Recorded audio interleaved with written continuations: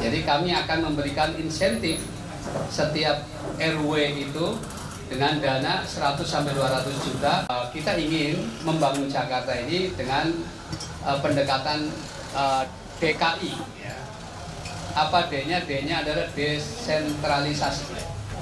Jadi kami akan memberikan insentif setiap RW itu dengan dana 100 sampai 200 juta untuk menentukan mana prioritas di RW tersebut untuk kemaslahatan bersama warganya. Gitu. Kalau misalnya di situ memang banjir yang memang akibat dari mampetnya selokan dan sebagainya, tentu itu prioritas. Ya, itu yang dibenahi agar bagaimana air mengalir. Ya. Kemudian nanti di setiap RW itu, ya, ketika akan membangun itu bisa konsultasi, sehingga nanti Pak Ridwan Kamil sudah menjanjikan setiap kecamatan ada satu arsitek. Ya, itulah yang kemudian nanti dimintain konsultasinya. Kira-kira di RW kami seperti ini, kira-kira usulannya apa? Nah, kira-kira nanti sebaiknya seperti apa? Itu akan didampingi oleh satu orang arsitek di setiap kecamatan, ya. Jadi bukan di setiap RW, tapi setiap kecamatan satu arsitek. Yang kedua adalah K-nya kolaborasi. Ya. Kita tahu, saya tadi baru mengunjungi pasar. Nah, salah satu, alhamdulillah tadi harga-harga relatif stabil. Meskipun ada yang naik, ada yang turun, ya. Tapi secara umum stabil dalam beberapa bulan ini. Ya, ini kan persoalan supply and demand.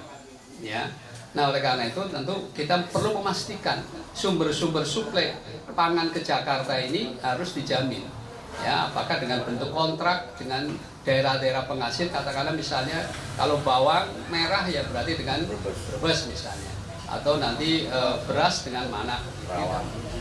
Nah, itu nanti akan ada seperti itu, dan sebetulnya ada beberapa yang sudah dilakukan. Ya. Nah, yang ketiga adalah I-nya adalah inovasi. Ya. Nah, kita tahu Pak Ridwan Kamil adalah seorang arsitektur, karya-karyanya sudah diakui, bahkan beliau sendiri mendapat honoris causa dari 2 perguruan tinggi luar negeri, ya, dari Korea sama dari Inggris, ya, itu karena karya-karya beliau, ya, inovasi-inovasi beliau yang diakui, ya. Dan penghargaan beliau sudah cukup banyak, ya, sebagai seorang arsitek. Nah, oleh karena itu Jakarta pun akan dibangun karena Jakarta baru dengan tidak lagi berstatus ibu kota, maka otomatis akan ada upaya-upaya terobosan-terobosan baru yang memungkinkan Jakarta ini bisa sebagai kota global yang betul-betul akan meningkatkan, ya, kesejahteraan dari masyarakat Jakarta itu sendiri. Ya, itu saya kira beberapa upaya-upaya yang sudah mulai dirancang. Ya.